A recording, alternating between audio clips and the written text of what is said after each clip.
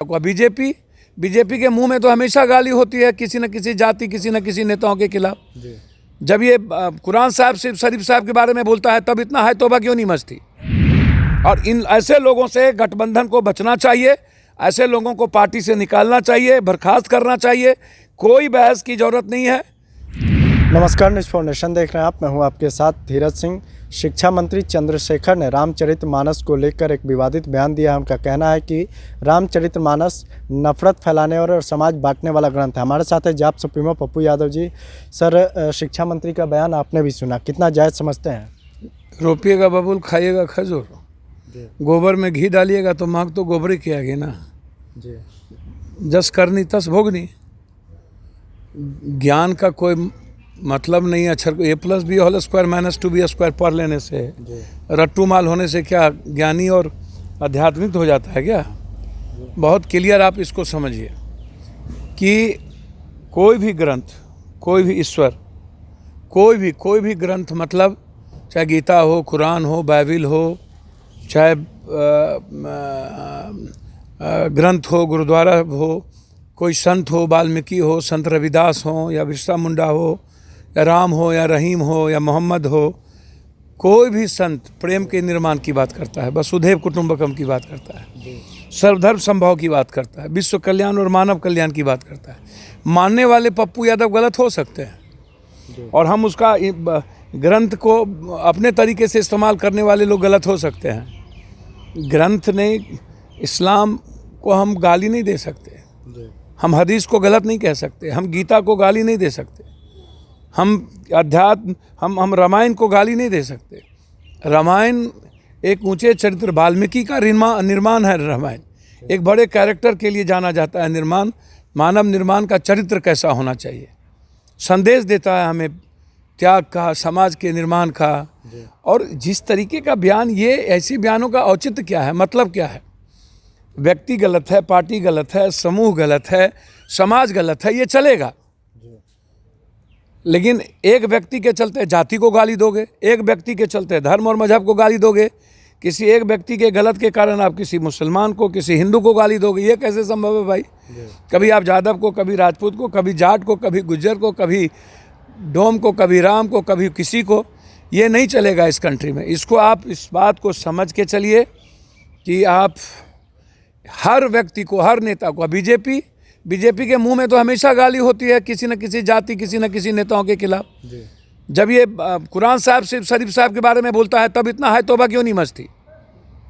ये गलत है। लेकिन जब कुरान शरीफ साहब जस्टिस क्राइस्ट के ईसाई के बारे में बोलते हैं तब ये है तौबा क्यों नहीं मचती। क्या ईसा गलत है? क्या कुरान शरीफ साहब गलत है? फिर आप कुरान शरीफ साहब को गलत कैसे कहने लगते हो? यदि हमारा रामायण गलत नहीं, गीता गलत नहीं, कुछ भी गलत नहीं, तो कुरान शरीफ साहब भी गलत नहीं। तो ये दोनों थाली के एक ही चट्टे बट्टे हैं, एक ही इन लोगों का, ये अलग नहीं है। बीजेपी के जो ये महातथित गुंडा है वोट के लिए, और ये लोग जो अक्षर कटवा लोग हैं, ये एक ही थाली के चट्टे बट्टे लोग हैं और यही लोग एजेंडा तय करते हैं। और इन ऐसे लोगों से गठबंधन को बचना चाहिए, ऐसे लोगों को पार्टी से निकालना चाहिए, बर्खास्त करना चाहिए। कोई बहस की ज़रूरत नहीं है, कोई गुंजाइश की ज़रूरत नहीं है। बार बार कभी कहते हैं जाति मेरा नाम सूचक नहीं है। अरे जिस जात के बदौलत, जिस ओबीसी और अत्यंत पिछड़ा के बदौलत, जिस यादव के बदौलत मंत्री हो और उसी को गाली देते हो, तो ऐसे कैरेक्टर वाले लोगों को एक मिनट भी जगह देने की ज़रूरत नहीं है। बस मैं इतना कहना चाहूँगा कि ये मुद्दा नहीं है, मुद्दा है बक्सर, मुद्दा है किसान और महिलाओं पर जुल्म करना, मुद्दा है वादा खिलाफी करके किसानों के साथ जुल्म करना। मैं कल वहाँ जा रहा हूँ। हमें किसानों के मुद्दों पर, हमें ज़मीन अधिग्रहण के मुद्दों पर केंद्र जो पैसा नहीं देता उस पर सवाल करना चाहिए। ये फालतू मुद्दा है, इस पर आलोचना की ज़रूरत हो सकती है, लेकिन इसको मुद्दा बनाने की ज़रूरत नहीं है, क्योंकि बीजेपी वाले इसको मुद्दा नहीं बना सकते। और जो लोग ये कहते हैं जीभ काट के जो लाएगा 10 करोड़ देंगे, यह भी नफरत और उत्तेजना पैदा करते हैं। ऐसे लोगों को भी माफ़ नहीं करनी चाहिए। उत्तेजना पैदा करने वाले को भी, चाहे वो कोई हो, नकली संत हो, राम रहीम हो, चाहे वो आसाराम बापू टाइप का संत हो, ऐसे लोगों को बकसने की ज़रूरत नहीं है। जो संत इस तरह का बिच्छू काटता है संत को, क्या वो मसल देते हैं? संत का जो स्वभाव है वो बात करता है। ये कौन संत है जो कहा 10 करोड़ रुपया देंगे जीप काटने का? तो हर बात की आलोचना होने की जरूरत है। समाज बचाना होगा ऐसे नकली संतों से, ऐसे नकली ज्ञानों से, अछरकटवा से। बीजेपी के लोगों को बोलने का मुंह में कुछ नहीं है। सूप बाजे तो बाजे, चलनी बाजे। शीशे के घर में रह के बीजेपी पत्थर मत फेंकिए। आप इतना गाली दे चुके हैं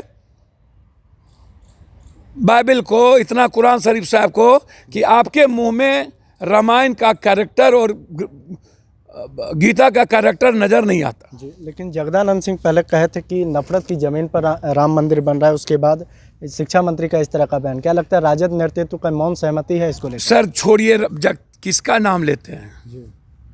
जगदानंद जी को बुद्ध का पता है क्या? कभी बुद्ध की आलोचना, कभी किसी की आलोचना, कभी राम की आलोचना। व्यक्ति का आलोचना क्यों? एक चरित्र का आलोचना क्यों? अपनी जो जिम्मेदारी है राजनीति करने की, लोगों में नफरत पैदा करने वाले आकाश को थूक फेंकते हैं। हाँ, ये लोग थूक फेंकने वाले लोग हैं। इन लोगों की चर्चा मत कीजिए। बीजेपी में जितने गंदे लोग हैं ना, ये गिरिराज, ये चौबे, तो दुबे, ये लोग जितने लोग हैं, वैसे ही जगताना ना हैसर, शेषर, अभन्नेश्वर है। तो इन लोगों का चर्चा क्यों लेते हैं? इन लोगों की चर्चा बंद करिए। और ऐसे लोगों को एक मिनट भी सामाजिक जीवन में, राजनीतिक जीवन में रहने का कोई राइट नहीं है। चलिए, बहुत बहुत धन्यवाद। यह जाप सुप्रीमो पप्पू यादव, दिल्ली से न्यूज़ फाउंडेशन के लिए मैं धीरज सिंह।